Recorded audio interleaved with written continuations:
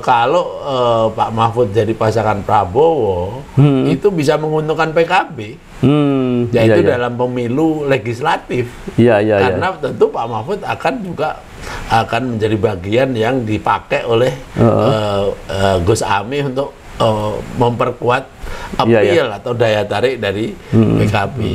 Kalau Caimin atau Gus Ami juga bersedia mendukung pasangan itu.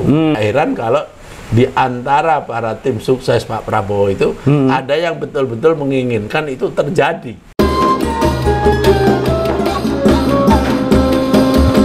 Assalamualaikum warahmatullahi wabarakatuh. Waalaikumsalam warahmatullahi wabarakatuh. Pemirsa, banyak flyer muncul ini, Prof, di medsos, kemudian di WhatsApp grup pasangan Prabowo dengan Profesor Mahfud MD. Saya malah dapat ini salah satu flyernya itu. Oh gitu ya.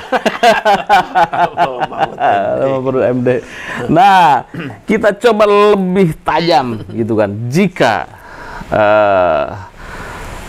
Prabowo bergandeng tangan dengan Mahfud MD, apakah memiliki potensi untuk memenangkan pertarungan atau bagaimana menurut Anda? Ya, menurut saya ini sesuatu yang memang sudah kita perkirakan akan menjadi satu hal yang sangat serius ini.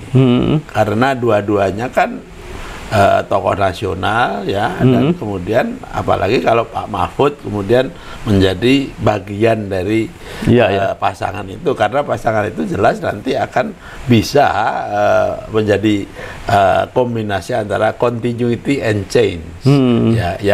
Ya, kalau kita melihat Pak Ganjar dengan Mahfud, misalnya senarinya juga continuity and change. Tapi dalam soal apa namanya Pak Prabowo dengan Pak Mahfud ada faktor lain, yaitu kemungkinan kalau Caimin atau Gus Ami juga bersedia mendukung pasangan itu. Itu faktor itu ya yang menentukan ya. Karena apa, perhitungannya bukan jauh-jauh, yaitu kalau Pak Mahfud jadi pasangan Prabowo, itu bisa menguntungkan PKB, yaitu dalam pemilu legislatif. Karena tentu Pak Mahfud akan menjadi bagian yang dipakai oleh Gus Ami untuk memperkuat appeal atau daya tarik dari PKB.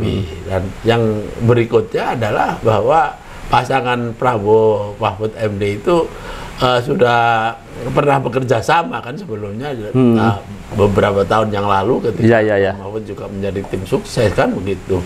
Jadi ini sudah merupakan hal yang besar. Jadi saya tidak heran kalau di antara para tim sukses Pak Prabowo itu ada yang betul-betul menginginkan itu terjadi. Dan publik saya kira banyak juga ya, misalnya di netizennya pada Suka TV juga ada yang menginginkan di selain Ganjar Mahfud juga Prabowo Mahfud. Gitu. Tapi satu syarat itu, jika Caimin itu merestui atau mendukung gitu kan ya. Walaupun tidak ada itu tetap kuat. Tetapi kalau ada itu, yang diuntungkan bukan hanya Prabowo Mahfud, tetapi juga PKB-nya ini. PKB-nya, Prof, kendala secara struktural atau kultural itu apa nih di antara pasangan Prabowo dengan Prof Mahfud? Sejauh ini saya nggak melihat itu ya ada kendala struktural atau kultural ya nggak ada, karena masing-masing kan sekarang aja kan satu dalam satu kabinet kan. Bahkan kalau kita lihat posisinya kan Pak Mahfud Menko menjadi koordinatornya. Bosnya Pak Prabowo lah. Untuk tidak mengatakan bos, nanti dikatakan petugas gitu. Nah, nanti kalau Pak Mahfud jadi pasangan Pak Prabowo ya gantian lah, ya kan begitu. Tetapi secara basis massa luar biasa. Anda melihat basis massa itu dari mana ini? Luar biasa. Ya karena yang pertama ya, Gerindra itu kan memang basisnya kan nasionalis religius. Sementara kalau Pak Mahfud MD itu religius nasionalis, katakanlah begitu. Dan masing-masing itu sudah lama ya untuk berkenalan begitu atau bekerja sama begitu ya. Jadi tidak ada masalah, dan untuk memuluskan itu saya kira ya nyaris lebih mudah lah daripada Pak Ganjar dengan Mahfud. Kenapa? Karena para kiai-kiai terutama di Jawa Timur itu dulunya memang pendukung Prabowo kan begitu. Walaupun kemudian switch ke Pak Ganjar, Pak Jokowi kan. Pak Jokowi ya. Tapi sebelumnya mereka kuat sekali. Ya. Jadi kalau Anda melihat profilingnya bahwa jika pasangan Prabowo dengan Mahfud MD ini menyatu menjadi pasangan di Pilpres 2024, ini kekuatan-kekuatan kultural NU itu akan solid itu. Iya, kecenderungannya akan mudah untuk dikonsolidasikan. Nah, barangkali memang karena kita juga pengalaman melihat bahwa ada kelompok Islam politik yang dulunya kemudian kecewa dengan Pak Prabowo, mungkin mungkin mencari excuse lagi lah, ini gimana ini orang ini kan begitu, mungkin tidak akan semangat mendukung, tapi itu akan digantikan oleh yang Islam moderat ini. Jadi hati-hati Pak Ganjar untuk tidak milih Pak Mahfud.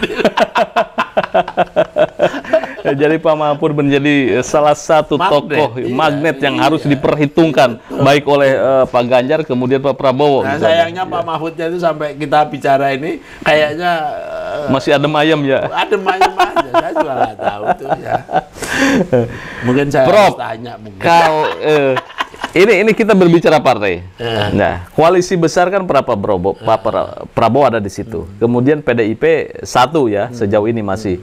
Nah, kalau Pak Prabowo deklir katakan berpasangan dengan Mahfud MD, apakah Anda melihat bahwa koalisi besar itu akan utuh atau akan terpecah masuk ke PDIP, satu partai atau dua partai? Barangkali ya tidak utuh seperti sekarang ya, tapi kemungkinan juga akan tetap kuat. Saya kok tidak yakin kemudian misalnya P3 akan menyeberang gitu. Kalau Golkar saya nggak tahu, karena Golkar ini kan memang pragmatis sekali. Jadi bisa saja begitu. Kemudian PAN juga. PAN saya kira masih tetap ke Pak Prabowo saya kira. Ya, kalau P3 itu ada sosok Sandi, katakan nanti Ganjar dengan Sandi kan mungkin ya, katanya, ada kemungkinan.